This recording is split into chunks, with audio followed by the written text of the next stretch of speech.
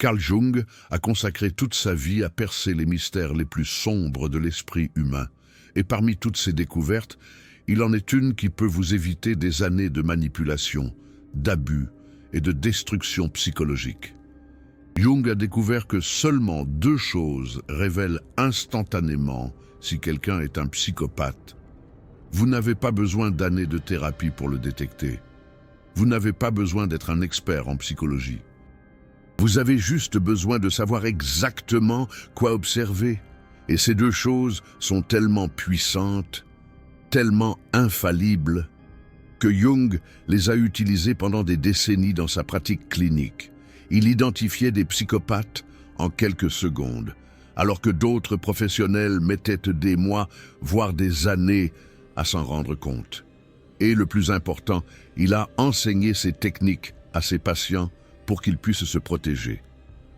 Si vous avez déjà ressenti ce frisson quand quelqu'un vous regarde d'une certaine façon, si vous avez déjà pensé « il y a quelque chose de très mauvais ici », mais que vous ne pouviez pas expliquer exactement quoi, si vous avez déjà douté de votre propre perception parce que cette personne semble si normale en apparence, cette vidéo va changer votre vie. Parce qu'à la fin de ces prochaines minutes, vous allez avoir quelque chose que la plupart des gens n'obtiennent jamais, la capacité d'identifier un psychopathe en quelques secondes, avant qu'il ne vous manipule, avant qu'il ne détruise votre confiance, avant qu'il ne soit trop tard. Et je vais être complètement honnête avec vous, ce n'est pas un contenu léger de développement personnel. Ce n'est pas une liste superficielle de signaux d'alerte. C'est une connaissance profonde, basée sur des décennies de recherche de l'un des psychologues les plus brillants qui ait jamais existé, Carl Jung. C'est une protection réelle pour votre psyché, pour vos relations, pour toute votre vie. Et vous devez comprendre quelque chose de fondamental avant de continuer. Ces 2 choses que Jung a identifiées ne sont pas des signaux qui apparaissent après des mois de connaissance avec quelqu'un. Ce ne sont pas des comportements qui n'émergent que dans des situations extrêmes. Ces 2 choses sont toujours présentes, dès le premier moment, dès la première interaction. Le psychopathe ne peut pas les cacher, peu importe à quel point son masque social est brillant. Pourquoi ? Parce que ces 2 choses ne sont pas des comportements conscients qu'il peut contrôler. Ce sont des défauts fondamentaux dans la structure de sa psyché. Ce sont des vides où il devrait y avoir de l'humanité. Et une fois que vous apprenez à les voir, elles deviennent impossibles à ignorer. Alors, si vous êtes prêt pour cette connaissance, si vous êtes prêt à voir ce que Jung a vu, si vous êtes prêt à vous protéger avec une sagesse réelle, nous allons révéler la première chose. La première chose, l'absence de reconnaissance inconsciente. Jung a découvert quelque chose de perturbant dans ses séances avec des psychopathes.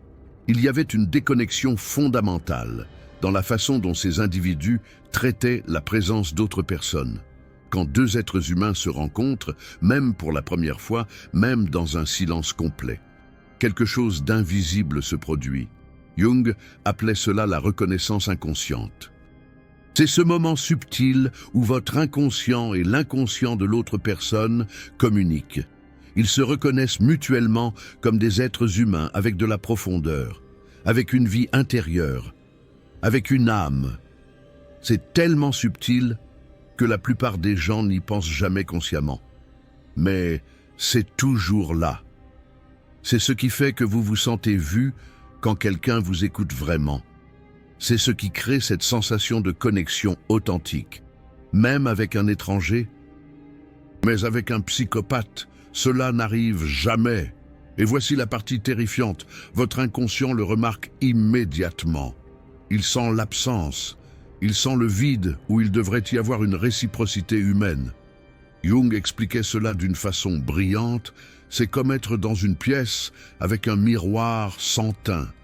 Vous pouvez voir votre reflet, vous pouvez voir la pièce, mais il y a quelque chose de fondamentalement seul dans l'expérience, parce que de l'autre côté de ce miroir, il n'y a personne qui regarde vraiment en retour.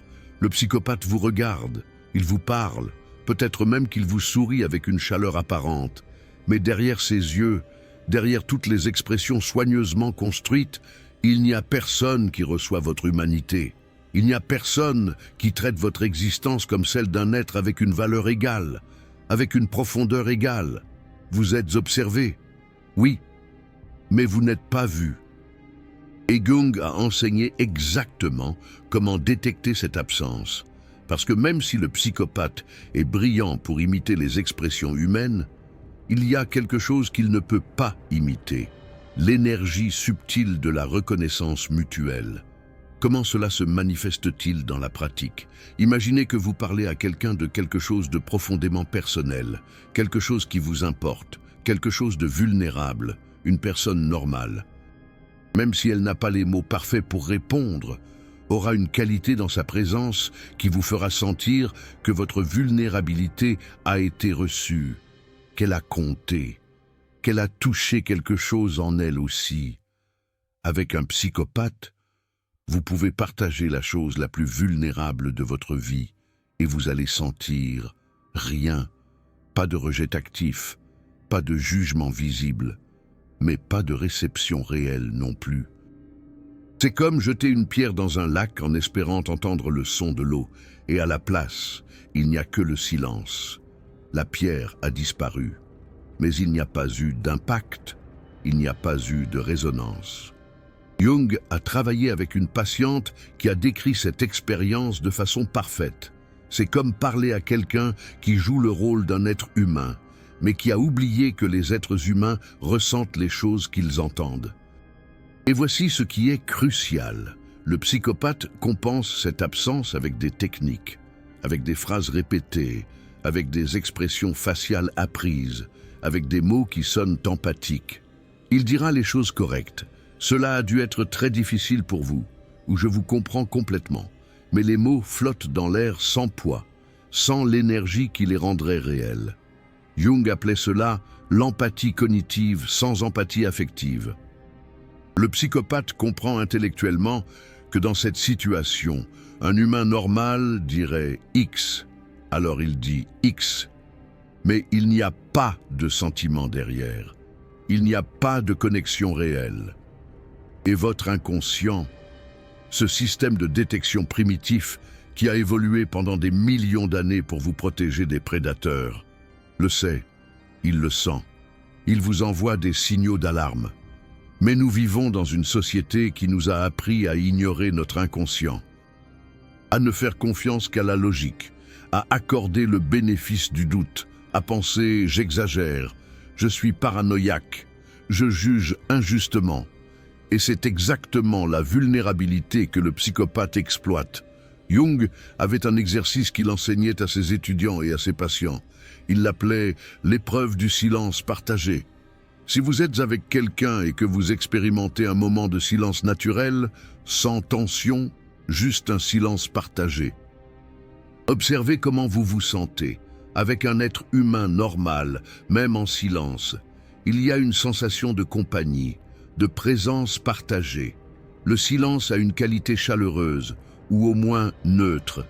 Avec un psychopathe, le silence se sent vide, inconfortable, comme si vous étiez seul dans la pièce, même s'il y a quelqu'un physiquement présent. Pourquoi? Parce que le psychopathe n'a pas cette capacité d'être simplement présent avec un autre être humain. Son esprit calcule toujours, observe, décide du prochain coup. Il n'y a pas de repos, pas de présence véritable. Ils sont là, mais ils ne sont jamais vraiment avec vous. Et voici ce que Jung a découvert de plus perturbant. Cette absence de reconnaissance inconsciente affecte votre énergie. Après avoir passé du temps avec un psychopathe, même si l'interaction a été superficiellement positive, vous vous sentez drainé, vide, confus. Pourquoi? Parce que votre inconscient a crié l'alarme tout le temps, essayant de traiter la contradiction entre ce que vos yeux voient, une personne normale, agissant normalement, et ce que votre intuition ressent, que quelque chose est fondamentalement mal. Cette dissonance consomme une énergie psychologique massive. Jung l'expliquait, quand vous passez du temps avec un psychopathe, une partie de vous essaie constamment de créer une connexion, offre constamment votre humanité, espérant une réciprocité, et reçoit constamment du vide déguisé en interaction. C'est comme essayer de remplir un verre qui n'a pas de fond. Toute votre énergie se déverse dans le vide. Maintenant, voici l'application pratique immédiate de cette première chose. La prochaine fois que vous rencontrez quelqu'un de nouveau, ou même quelqu'un que vous connaissez déjà mais sur qui vous avez des doutes, faites ceci. Partagez quelque chose de véritable. Pas besoin que ce soit profondément vulnérable, mais quelque chose de réel. Une préoccupation honnête, un espoir vrai, quelque chose qui compte pour vous. Et ensuite, observez, pas ses mots, pas son expression faciale, mais la sensation dans votre corps après avoir partagé. Vous êtes-vous senti reçu? Avez-vous senti que votre vulnérabilité atterrissait sur quelque chose d'humain de l'autre côté? Ou avez-vous senti ce vide subtil? Cette absence de réciprocité réelle, votre corps sait, votre inconscient sait. Et si Jung a consacré des décennies à enseigner aux gens à faire confiance à cette sagesse inconsciente, c'est parce que ça fonctionne. Mais voici l'avertissement critique. Si vous identifiez ce premier signe chez quelqu'un, ne le confrontez pas. Ne lui dites pas « je crois que vous êtes un psychopathe ». N'essayez pas de l'exposer. Pourquoi? Parce que nous allons maintenant passer à la deuxième chose. Et celle-ci va vous expliquer exactement pourquoi confronter un psychopathe est l'une des décisions les plus dangereuses que vous puissiez prendre. La deuxième chose, la réaction à la limitation. Ce deuxième signe est le plus révélateur et le plus dangereux à identifier. Parce que pour le voir, vous devez faire quelque chose qui active la vraie nature du psychopathe. Vous devez dire non. Jung a observé un schéma absolument constant chez tous les psychopathes qu'il a étudiés au cours de sa carrière. Quand ils étaient confrontés à une limite, à un refus, à quelqu'un qui ne cédait pas à leur volonté, quelque chose changeait. Et ce changement révélait tout. Mais voici ce qui est crucial. Ce n'est pas qu'ils se mettent en colère. Ce n'est pas qu'ils deviennent agressifs. La plupart des gens peuvent se fâcher quand ils n'obtiennent pas ce qu'ils veulent. C'est normal. Ce que Jung a identifié chez les psychopathes est quelque chose de beaucoup plus subtil, de beaucoup plus perturbant. C'est ce qu'il a appelé la désactivation du masque social. Pendant un moment, parfois seulement une seconde ou deux, la personne qui était en face de vous disparaît et vous voyez quelque chose de complètement différent, quelque chose de froid, quelque chose de calculateur. Quelque chose qui n'a rien à voir avec la personnalité enchanteresse qu'elle projetait il y a un instant. Jung l'a décrit comme voir un acteur sortir du personnage par accident.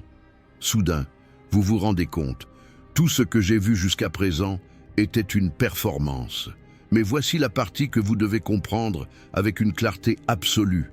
Cette réaction ne se produit pas avec n'importe quel non. Il doit s'agir d'un non qui bloque quelque chose que le psychopathe veut, quelque chose qu'il considère comme important pour son agenda. Si vous dites non à quelque chose de trivial, quelque chose qui ne l'intéresse pas, il agira normalement, même agréablement, même respectueusement. Mais si vous dites non à quelque chose dont il a besoin, que ce soit l'accès à vous, l'accès à des ressources, l'accès à votre énergie émotionnelle, l'accès à votre crédibilité sociale, c'est là que le masque glisse. Et Jung a enseigné exactement ce qu'il fallait observer à ce moment-là. Premièrement, les yeux changent, pas dramatiquement, pas de manière évidente. Mais il y a un micro-moment où toute la chaleur disparaît. C'est comme si une lumière s'éteignait derrière les pupilles. La personne qui souriait une seconde avant, soudain, vous évalue. Ce changement dans le regard dure peut-être 2 ou 3 secondes. Et puis le masque revient. Le sourire revient. La chaleur apparente revient, mais ces 2 ou 3 secondes vous ont montré la vérité. Et Jung disait, une fois que vous avez vu ce regard, vous ne l'oubliez jamais. Parce que c'est le regard de quelqu'un qui vous a vu non pas comme un être humain, mais comme un obstacle. Deuxièmement, il y a un silence calculateur, pas un silence émotionnel, pas le silence de quelqu'un qui traite ses sentiments. C'est le silence de quelqu'un qui recalcule sa stratégie. Vous avez dit non. Il attendait un oui. Son plan A n'a pas fonctionné. Maintenant, il accède au plan B en temps réel. Et ce traitement prend quelques secondes de silence. Un être humain normal, quand il entend un non, peut être déçu, frustré, même en colère. Mais il y a de l'émotion dans la réaction. Il y a de l'humanité. Le psychopathe n'a pas d'émotion dans ce silence. Il a du calcul. Troisièmement, la réponse qui vient après est trop parfaite. Trop répétée. C'est comme s'il était passé d'une émotion véritable à un script préprogrammé. Un humain normal pourrait dire « Ok, je comprends. Je suis un peu déçu, mais je le respecte. » Le psychopathe dira quelque chose comme « Bien sûr, je comprends complètement. Votre bien-être est ce qui compte le plus. Je ne veux pas que vous fassiez quoi que ce soit qui vous mette mal à l'aise. » Remarquez-vous la différence? La première réponse a une texture humaine. Elle admet la déception. Elle a de l'imperfection. La deuxième réponse est trop polie, trop considérée. C'est le script de quelqu'un qui a appris quoi dire dans ces situations pour paraître empathique, mais ne ressent pas réellement ce qu'il dit. Jung a appelé cela une performance de deuxième couche. La première couche est la personnalité enchanteresse qu'il montre normalement. Quand celle-ci est interrompue par un non, il y a un micro-moment de vérité. Et puis entre en jeu la deuxième couche, la performance de quelqu'un qui accepte les limites avec grâce. Mais ce n'est pas réel, c'est tactique. Et voici ce que Jung a averti. Et c'est critique. Si vous identifiez ce deuxième signe, si vous dites non et voyez cette désactivation de masque, ce changement dans les yeux, ce silence calculateur, vous êtes maintenant sur son radar comme un problème. Pas immédiatement comme une menace. Pas encore. Mais comme quelqu'un qui n'est pas facile à contrôler. Et le psychopathe a 2 réponses possibles à cela. Réponse 1. Il intensifie la séduction. Il devient encore plus enchanteur, encore plus attentif, parce qu'il a besoin de récupérer le contrôle. Il a besoin que vous redeveniez prévisible. Réponse 2. Il vous écarte. Soudain, cette personne qui semblait si intéressée par vous, si connectée à vous, commence à disparaître. Elle n'initie plus de contact. Elle ne répond plus avec la même énergie, parce qu'il a décidé que vous représentez plus de problèmes que vous n'en valez la peine. Et voici ce qui est fascinant. Les 2 réponses confirment qu'il s'agit d'un psychopathe. Parce qu'une personne normale, lorsque vous établissez une limite saine, la respecte et la relation continue normalement. Il y a peut-être une conversation sur la limite, peut-être un ajustement, mais la connexion demeure. Le psychopathe ne répond jamais normalement à des limites réelles. Soit il intensifie la manipulation, soit il vous rejette, parce que pour lui, les relations ne sont pas une connexion mutuelle. Elles sont une utilité. Et au moment où vous cessez d'être utile, ou que vous devenez difficile à contrôler, vous perdez de la valeur. Jung avait une phrase dévastatrice pour cela. Le psychopathe ne voit pas des personnes, il voit des fonctions. Et quand vous cessez de remplir votre fonction, vous êtes remplaçable. C'est cruel. Maintenant, voici l'application pratique de cette deuxième chose. Si vous avez des doutes sur quelqu'un dans votre vie, si vous ressentez cette gêne subtile que vous ne pouvez pas expliquer, si vous avez vu le premier signe, l'absence de reconnaissance inconsciente, faites ceci. Établissez une limite, petite mais génuine. pas quelque chose de dramatique, pas un ultimatum. Juste un non clair sur quelque chose que cette personne vous demande. Cela peut être aussi simple que « Non, je ne peux pas t'aider avec ça aujourd'hui » ou « Non, je préfère ne pas partager cette information » ou « Non, j'ai besoin de temps pour moi cette semaine ». Et ensuite, observez, pas ces mots, ces micro-expressions, le changement dans ses yeux, le silence avant de répondre, la qualité de sa réponse. Si c'est une personne normale, il y aura de la déception peut-être, mais aussi du respect, de l'humanité, une acceptation génuine. Si c'est un psychopathe, vous verrez ce que Jung a vu, le glissement du masque. Le moment où la personne que vous connaissiez disparaît et où quelque chose de plus froid, de plus calculateur, vous évalue pendant 2 secondes avant que la performance ne revienne, comme un acteur qui reprend son rôle. Et ce moment change tout. Parce que maintenant, vous savez, mais voici le plus important. Savoir ne suffit pas. Vous devez savoir quoi faire avec cette information, parce que confronter, exposer, essayer de changer le psychopathe, tout cela est dangereux et futile. Jung a consacré des années à développer ce qu'il appelait le protocole de protection consciente. Et c'est exactement ce que nous allons explorer maintenant. Le protocole de protection consciente de Jung. Jung a compris quelque chose que la plupart des thérapeutes de son époque niennent. Vous ne pouvez pas sauver un psychopathe. Vous ne pouvez pas les guérir avec de l'amour. Vous ne pouvez pas faire appel à leur empathie parce qu'elle n'existe pas. La seule chose que vous pouvez faire, c'est vous protéger. Et il a développé un protocole spécifique, basé sur des décennies de travail clinique, pour faire exactement cela. Mais d'abord, vous devez comprendre quelque chose de fondamental. Si vous avez déjà identifié les 2 signes chez quelqu'un de votre entourage, surtout quelqu'un de proche, famille, conjoint, patron, ami intime, vous êtes déjà dans une situation de risque psychologique, pas de risque physique nécessairement, mais risque de manipulation, de drainage émotionnel, de sabotage encadré, de destruction de votre réputation sociale. Parce que le psychopathe vous a déjà identifié comme quelqu'un dans son cercle.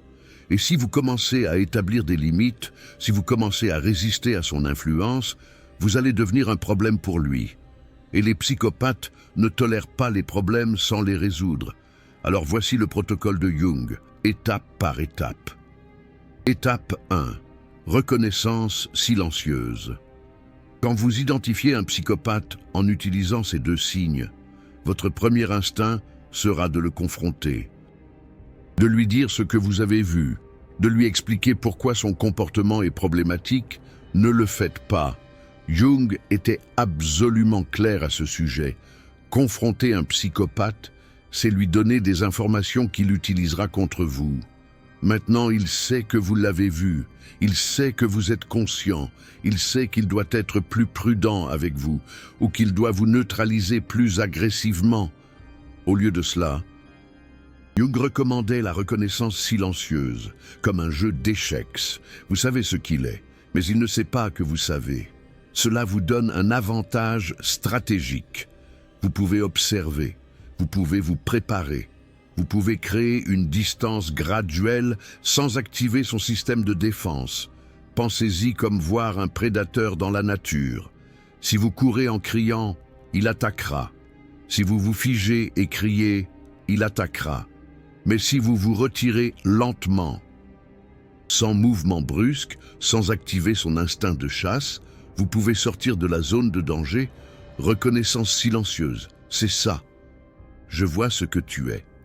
Mais je ne vais pas te donner la satisfaction de réagir. Je ne vais pas te donner de munitions. Étape 2. Documentation émotionnelle.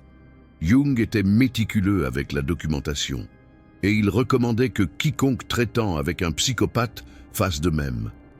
Mais pas la documentation d'événements. Cela vient après. D'abord, la documentation émotionnelle. Écrivez comment vous vous sentez après chaque interaction avec cette personne. Sans jugement, sans analyse, juste des faits émotionnels. Après avoir parlé avec Sophie aujourd'hui, je me sens vidé, confus, remettant en question ma propre perception, anxieux, vide. Après avoir établi une limite avec Sophie, j'ai noté changement dans son regard, silence de 3 secondes. Réponse trop parfaite. Sensation d'être évalué. Pourquoi est-ce critique? Parce que les psychopathes sont des maîtres de la manipulation à long terme. Ils vous font douter de votre mémoire. Ils vous font vous demander si ce que vous croyez avoir vécu s'est vraiment passé. Mais quand vous avez une documentation écrite de votre propre main, de vos propres observations sur le moment, cela ne peut pas être manipulé. C'est votre vérité préservée. Et quand, des semaines ou des mois plus tard, le psychopathe tente de vous convaincre que vous exagérez, que ce que vous croyez avoir vécu ne s'est jamais passé, que vous êtes paranoïaque, vous ouvrez votre documentation. Et là, c'est la preuve de votre propre expérience. Jung disait, votre mémoire peut être trompée, mais vos registres écrits ne mentent pas. Étape 3. Contenance émotionnelle. C'est l'une des plus difficiles, surtout pour les personnes empathiques. Jung enseignait, avec un psychopathe, ne partagez jamais de vulnérabilité réelle. Ne donnez jamais accès à vos peurs profondes, à vos insécurités, à vos espoirs les plus précieux. Pourquoi? Parce que le psychopathe ne reçoit pas cette information avec empathie. Il la reçoit comme des munitions. Chaque vulnérabilité que vous partagez est un outil futur qu'il utilisera pour vous manipuler ou vous blesser quand cela lui conviendra. Jung appelait cela la compartimentation protectrice. Vous pouvez être poli. Vous pouvez être fonctionnel. Vous pouvez même être aimable en surface. Mais jamais, jamais vous n'ouvrez votre âme à quelqu'un qui n'a pas la capacité de l'honorer. Avec le psychopathe, les conversations sont superficielles, opérationnelles, sans profondeur réelle. Il demande « Comment vas-tu » Vous répondez « Bien, merci, occupé avec le travail ». Et toi? Rien de plus, rien de réel, rien qu'il puisse utiliser. Au début, cela semble faux. Surtout si vous êtes quelqu'un qui valorise l'authenticité, mais Jung expliquait « L'authenticité est un cadeau sacré. Ne le donnez pas à celui qui l'utilisera comme une arme. » Étape 4. La sortie graduelle. Si la personne est quelqu'un dont vous pouvez vous éloigner, famille éloignée, amis, connaissances, Jung recommandait ce qu'il appelait un effacement stratégique. Pas une rupture dramatique, pas une confrontation finale, juste un retrait progressif. Tellement lent qu'il ne peut pas pointer un moment spécifique où vous l'avez abandonné. Vous devenez moins disponible. Vous répondez aux messages avec plus de délai. Vous déclinez les invitations avec des excuses raisonnables. Petit à petit, votre présence dans sa vie diminue jusqu'à presque disparaître. Et quand il remarque que vous n'êtes plus là, vous êtes absent depuis tellement longtemps qu'il ne vaut plus la peine de vous courir après. Jung expliquait. Les psychopathes ont des ressources d'attention limitées. Si vous devenez ennuyeux, peu gratifiant, difficile à atteindre, ils finiront par concentrer leur énergie sur des objectifs plus faciles, plus lucratifs. Étape 5. Le cercle de protection. Si vous ne pouvez pas vous éloigner parce que c'est de la famille proche, le conjoint d'un proche, votre supérieur hiérarchique, vous avez besoin de ce que Jung appelait un cercle de protection. Ce sont 2 ou 3 personnes dans votre vie qui connaissent la vérité, qui ont vu les signaux par elles-mêmes, ou qui font suffisamment confiance à votre perception pour croire sans avoir besoin de preuves dramatiques. Ces personnes sont votre ancre de réalité. Quand le psychopathe essaie de vous faire douter de vous-même, quand il sème la confusion, quand il initie des campagnes subtiles de décrédibilisation, votre cercle de protection est là pour vous rappeler. Tu n'es pas fou, ce que tu as vu est réel. Jung a travaillé avec plusieurs patients piégés dans des dynamiques familiales avec des psychopathes. Et dans chaque cas réussi de survie psychologique, il y avait un cercle de protection, Des personnes qui validaient la réalité du patient quand tout le reste la remettait en question. Un peu comme un groupe de soutien, un lieu sûr où l'on peut parler librement. Étape 6. Des limites comme armure. Et enfin, Jung enseignait quelque chose de révolutionnaire. Les limites ne sont pas négociables avec un psychopathe, avec une personne normale. Les limites ont de la flexibilité. Il y a un contexte, il y a des situations où vous pouvez faire une exception par amour, par compassion, en raison de circonstances spéciales. Avec un psychopathe, chaque exception est une victoire pour lui et une perte pour vous, parce qu'il ne voit pas l'exception comme un acte de bonté. Il la voit comme la preuve que vos limites sont manipulables. Jung disait, avec un psychopathe, vos limites doivent être de fer, sans explication longue, sans justification, sans excuse, juste « non, je ne peux pas faire ça ». Et quand il insiste, quand il essaie de manipuler, quand il fait appel à la culpabilité, à la pitié ou à la pression sociale, vous répétez « non, je ne peux pas faire ça », comme un disque rayé, sans émotion, sans colère, sans rien qu'il puisse utiliser, juste une fermeté absolue. Et voici ce que Jung a observé. Finalement, le psychopathe arrête d'essayer parce qu'il n'y a aucune gratification à appuyer contre un mur qui ne cède jamais. Il cherche des objectifs plus faciles, plus accessibles, le cadeau sombre de la connaissance. Jung avait une perspective fascinante sur les rencontres avec des psychopathes. Il disait que, bien que ce soient des expériences dangereuses et douloureuses, ce sont aussi des opportunités de croissance psychologique que peu d'autres expériences peuvent égaler. Pourquoi? Parce que rencontrer un psychopathe vous force à développer votre discernement. Cela vous force à faire confiance à votre intuition. Cela vous force à établir des limites. Cela vous force à distinguer entre la bonté authentique et la faiblesse exploitable. Cela vous force à intégrer votre ombre, la partie de vous qui peut être stratégique, qui peut se protéger, qui peut dire non sans culpabiliser. Jung croyait que la plupart des gens traversent la vie sans jamais développer ces capacités, parce qu'ils n'en ont jamais besoin. Leurs cercles sont sûrs, leurs relations sont saines. Mais quand vous rencontrez un psychopathe et que vous survivez à la rencontre avec votre psyché intacte, vous en ressortez avec une force psychologique que peu de gens possèdent. Vous ressortez en sachant exactement quel type de personne vous devez éviter, exactement quels signaux observer, exactement comment vous protéger. Un peu comme Thésée après son voyage dans le labyrinthe, vous devenez ce que Jung appelait un gardien de votre propre âme. Et ça, disait Jung, c'est une véritable individuation. Ce n'est pas seulement se connaître soi-même, c'est se protéger soi-même, c'est honorer sa propre valeur suffisamment pour ne pas permettre à des personnes toxiques d'y avoir accès. Cela ne signifie pas que vous devenez paranoïaque, cela ne signifie pas que vous cessez de faire confiance à tout le monde. Cela signifie que votre confiance devient discernante, consciente, gagnée, pas donnée automatiquement. Et ça, c'est la sagesse, un peu comme disait Montaigne. Savoir douter, c'est le commencement de la sagesse. Récapitulation, les deux choses que Jung a découvertes. Avant de conclure, récapitulons exactement ce qu'il faut observer. Première chose, l'absence de reconnaissance inconsciente. Quand vous partagez quelque chose d'authentique, quand vous êtes vulnérable, quand vous offrez votre humanité, observez si vous ressentez une réciprocité réelle ou un vide déguisé en interaction. Faites confiance à la sensation dans votre corps.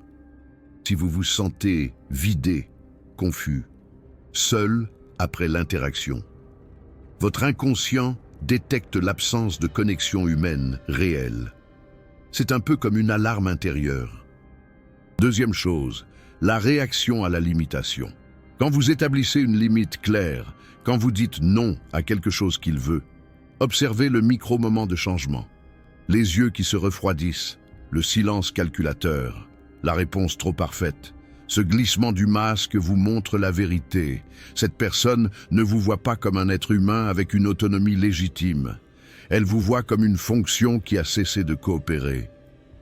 Et si vous identifiez les deux signaux, surtout chez la même personne, vous avez la confirmation que vous avez affaire à quelqu'un qui manque d'empathie authentique, quelqu'un qui opère à partir du calcul et non de la connexion humaine. Et à ce moment-là, vous avez une décision critique, vous protéger ou rester exposé. Jung a passé des décennies à enseigner que la compassion sans discernement n'est pas une vertu, c'est une vulnérabilité qui attend d'être exploitée. La vraie compassion inclut la compassion pour vous-même. Se protéger n'est pas de la cruauté, c'est de la sagesse. Et maintenant, vous avez la connaissance que Jung a mis des décennies à perfectionner. La connaissance qui vous permet de voir en quelques secondes ce que les autres ne voient pas en des années. Utilisez-la sagement. Utilisez-la pour vous protéger. Et utilisez-la pour protéger les autres en partageant cette connaissance. Appel au soutien. Super thanks. Vous venez de recevoir des connaissances que Carl Jung a mis des décennies à développer. Des connaissances qui peuvent vous sauver d'années de manipulation, d'abus psychologiques et de destruction émotionnelle. Ce type de contenu est rare parce qu'il est inconfortable, parce qu'il remet en question l'idée que tout le monde mérite une confiance automatique, parce qu'il révèle des vérités que beaucoup préfèrent ignorer. Mais ces vérités sauvent des vies psychologiques.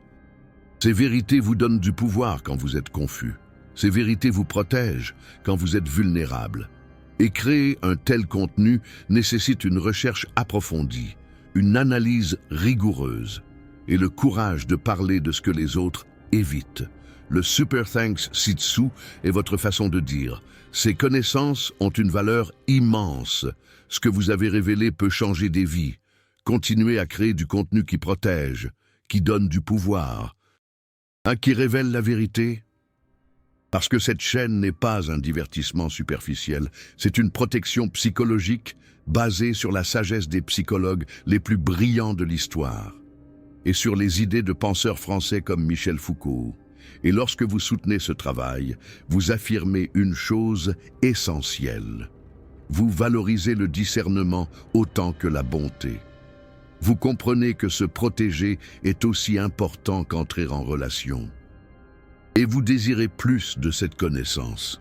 Votre Super Thanks nous permet de poursuivre nos recherches, de continuer à créer, de révéler ce qui doit l'être.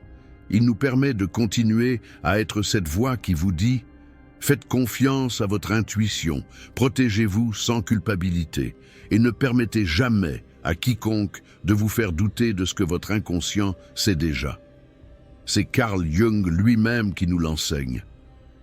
Conclusion et appel à l'action.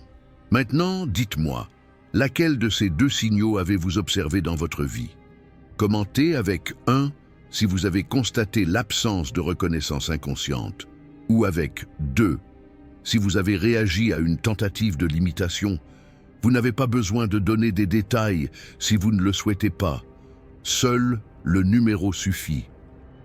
Parce que votre commentaire accomplit quelque chose de profond. Il montre aux autres qu'ils ne sont pas seuls, que ce qu'ils ont vu est réel, que leur intuition ne les trompe pas.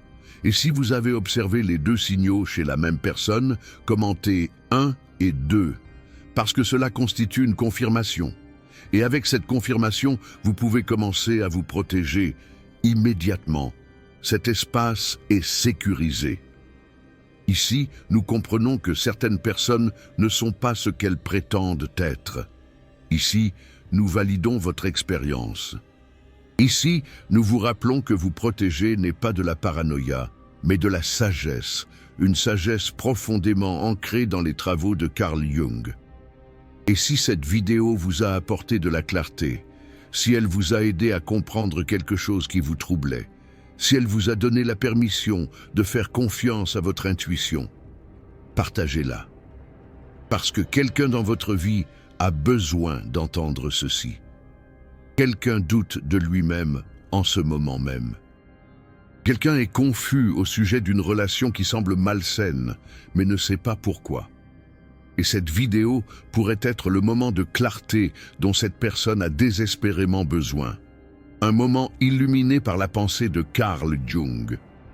Carl Jung a dédié sa vie à éclairer les parties les plus sombres de la psyché humaine, non pas pour nous effrayer, mais pour nous protéger, pour nous armer de connaissances. Et maintenant, vous possédez cette lumière. Utilisez-la. Partagez-la. Et ne doutez jamais de ce que votre inconscient sait déjà. Il est le gardien de votre vérité intérieure, selon les principes établis par Carl Jung. On se retrouve dans la prochaine vidéo. Restez conscient, restez protégé. Et rappelez-vous, vous connaître vous-même inclut de savoir quel type de personne vous devez éviter. Surtout celles qui présentent les traits que nous avons explorés. À bientôt.